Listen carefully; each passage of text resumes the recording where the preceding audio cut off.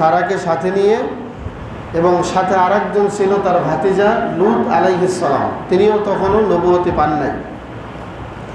লূত নবীকে সাথে নিয়ে ভাতিজাকে এবং নিজের স্ত্রী বিবি সারাকে সাথে নিয়ে তিনি চলে গেলেন ফিলিস্তিনে। ফিলিস্তিন থেকে একটু দূরে সিরিয়ার কেনান নামক জায়গায় তিনি অবস্থান করা শুরু করলেন। সেখান থেকে তিনি আবার ফিলিস্তিনে আসলেন কিছুদিন থাকার পরে। এরপরে ফিলিস্তিনে আসার পরে তিনি ফিলিস্তিনে বসবাস শুরু করে দিলেন। ইতিমধ্যেই তার ভাতিজা লূত আলাইহিস সালাতু ওয়াস সালামকে আল্লাহ রাব্বুল আলামিন নবুয়ত দিয়ে জর্ডানের সাদুম নামক এলাকায় তিনি তার দায়িত্ব দিয়ে তাকে সেখানে পাঠিয়ে দিলেন। এখন বিবি সারা সাথে থাকলেন এবং ইব্রাহিম আলাইহিস সালাতু ওয়াস সালাম দুজনেই সেখানে বসবাস শুরু করলেন।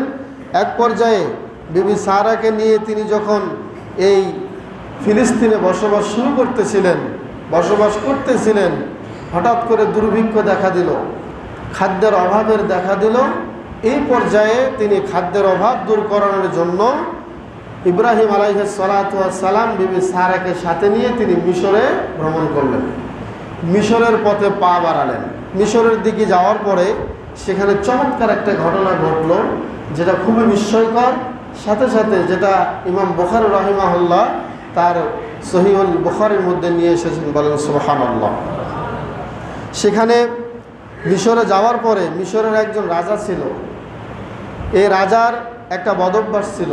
সে বদভ্যাসটা হলো সুন্দরী কোনো রমণী দেখলেই তার থেকে তার স্বামীকে ছিনিয়ে নিয়ে তার স্বামীকে হত্যা করত এবং ওই নারীর সাথে মনের কামনা বাসনা পূরণ করতে, বলেন নাউজুবিল্লাহ। এটা ছিল মিশরের তৎকালীন রাজার একটা বদভ্যাস। এক পর্যায়ে যখন সহিহ বুখারীতে এসেছে অনেক লম্বা ঘটনা, আমরা লম্বা ঘটনা বলবো না, শুধু শিক্ষা এবং তার জীবনী নিয়ে আমরা আলোচনা করব। তিনি বিবি সারাকে নিয়ে পথ হাঁটতেছিলেন। হঠাৎ করে এই মিশরের রাজার কিছু মন্ত্রীরা এসে বিবি সারার হাত ধরার পরে বলল ইব্রাহিমকে, সে তোমার কে? তখন ইব্রাহিম আলাইহিস সালাতু ওয়াস সালাম বললেন যে সে আমার বোন। তখন বিবি সারা বললেন যে আপনি কেন মিথ্যা বললেন? তখন ইব্রাহিম আলাইহিস সালাতু ওয়াস সালাম বলছেন যে দেখো, এই ভূখণ্ডে পৃথিবীতে এখন আমি আর তুমি ছাড়া আর দ্বিতীয় কেউ মুসলমান নাই। অতএব একদিক দিয়ে আমরা শরীয়তের বোন এবং ভাই, এই দিক দিয়ে তুমি আমার ভাই। আর তুমি হয়তো বা জানো না, যদি এই বাদশাহ জানতো যে তুমি আমার স্ত্রী, আমি তোমার স্বামী, তাহলে এখানে আমাকে হত্যা করে ফেলতো। এটা জাস্ট একটা তাওরিয়া, এটা মিথ্যা নয়, এটা হলো একটা কৌশল।